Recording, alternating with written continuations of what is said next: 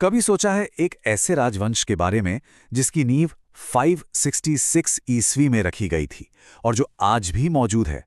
जी हां, ये मेवाड़ के गुहिल वंश की अविश्वसनीय कहानी है। एक ऐसा वंश जिसने अपने चारों ओर बड़े-बड़े साम्राज्यों को बनते और मिटते हुए देखा, लेकिन खुद हमेशा कायम रहा। 1400 साल से भी ज्यादा। ये नंबर सुनने में ही कितना बड़ा लगता है ना? जहां दुनिया के बड़े-बड़े साम्राज्य आए और चले गए, वहीं मेवाड़ जैसा एक छोटा सा राज्य इतनी लंबी पारी कैसे खेल गया? तो आज हम इसी गुत्थी को सुलझाने निकले हैं।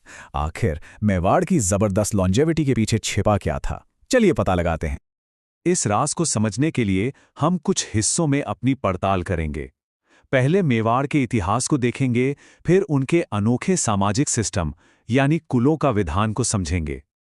ये देखेंगे कि ये सिस्टम काम कैसे करता था, इसमें क्या खामियां थीं, और आखिर में ये मेवाड़ के लिए क्या विरासत छोड़कर गया। तो देखिए, मेवाड़ की लंबी उम्र का जवाब किसी एक महान राजा में नहीं, बल्कि एक बहुत ही अनोखे सोशियो पॉलिटिकल सिस्टम में छिपा है। इसे सामंतवाद के नाम से जाना जाता है। पर यह सिर्फ एक पॉलिटिकल स्ट्रक्चर नहीं था, ये तो एक पूरा कल्चरल और मॉरल कोड था जिसने राजपूत पहचान को बनाया।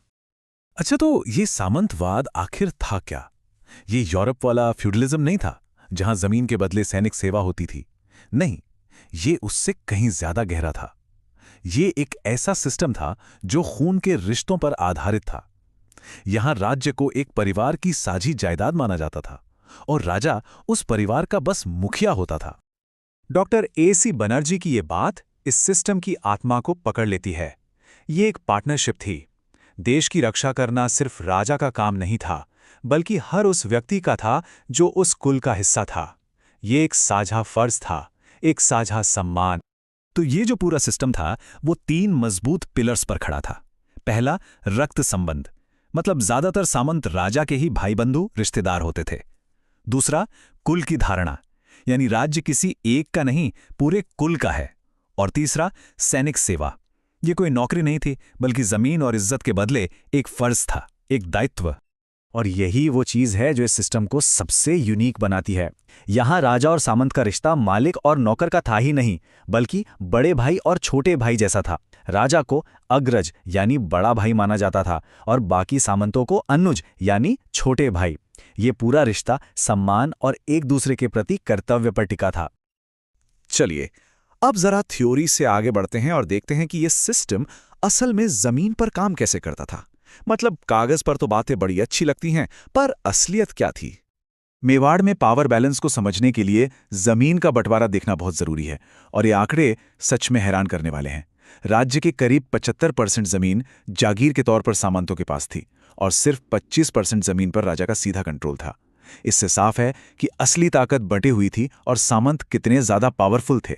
राज्य सच में एक शेयर्ड एंटरप्राइज था।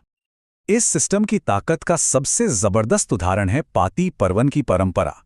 1527 में जब बाबर से युद्ध का खतरा आया, तो राणा सांगा ने बस एक चिट्ठी, एक पाती भेजी, और उस एक पाती ने सभी राजपूत कुलों को एक झंडे के नीचे लाकर खड़ा कर दिया। बीकानेर से लेकर चंदेरी तक हर कोई इस पुकार पर चला आया। ये थी खून और फर्ज की ताकत। लेकिन कहते हैं ना, जो चीज किसी की सबसे बड़ी ताकत होती है, अक्सर वही उसकी सबसे बड़ी कमजोरी भी बन जाती है।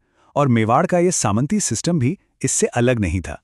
चलिए, अब जरा सिक्के का दूसरा पहलू देखते हैं। खानवा की ही लड़ाई को ले लीजिए। जो लड़ाई इस सिस्टम की एकता का सबसे बड़ा सबूत थी, उसी ने इसकी सबसे बड़ी कमियों को भी सामने ला दिया। एक तरफ राजपूतों की जबरदस्त एकता थी, तो दूसरी तरफ सहलदी तंवर जैसे एक सामंत के धोखे ने पूरी बाजी ही पलट दी।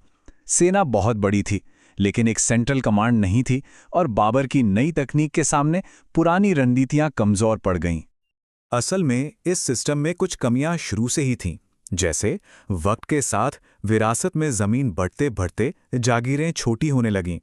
शासक हर छोटे बड़े काम के लिए पूरी तरह अपने सामंतों पर निर्भर हो गए, और इन सामंतों की आपसी लड़ाई ने राज्य को अंदर से खोखला करना शुरू कर दिया, जो आगे चलकर आर्थिक शोषण में बदल गया।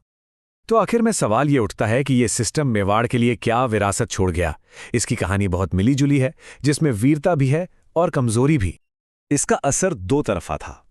एक तरफ ये शासक की ताकत का आधार था। इसने एकता को बढ़ाया और कला, संस्कृति को भी खूब बढ़ावा दिया। लेकिन वहीं दूसरी तरफ इसी सिस्टम ने एक मजबूत सेंट्रलाइज्ड राज्य को कभी बनने ही नहीं दिया, जिसकी उस बदलती दुनिया में सख्त जरूरत थी। तो मेवाड़ का राज यही था, एक ऐसा सिस्टम जिसने उन्हें 1400 साल तक जिंदा रखा, जिसने हार ना मानने का एक जबरदस्त कल्चर बनाया। लेकिन आखिरकार वही सिस्टम मुगलों, मराठों और अंग्रेजों जैसी ज्यादा ऑर्गेनाइज्ड शक्तियों के सामने उनकी कमजोरी की वजह भी बन गया। और ये हमें एक बहुत ही गहरे सवाल पर लाकर छोड़ता है। मेवाड़ का पूरा सिस्टम व्यक्ति और खून के रिश्तों के प्रति वफादारी पर टिका था, न कि राज्य जैसे किसी आइडिया पर। तो क्या यही वफादारी उनकी सबसे बड़ी ताकत भी थी और सबसे बड़ी कमजोरी भी? इस पर सोचना तो बनता है।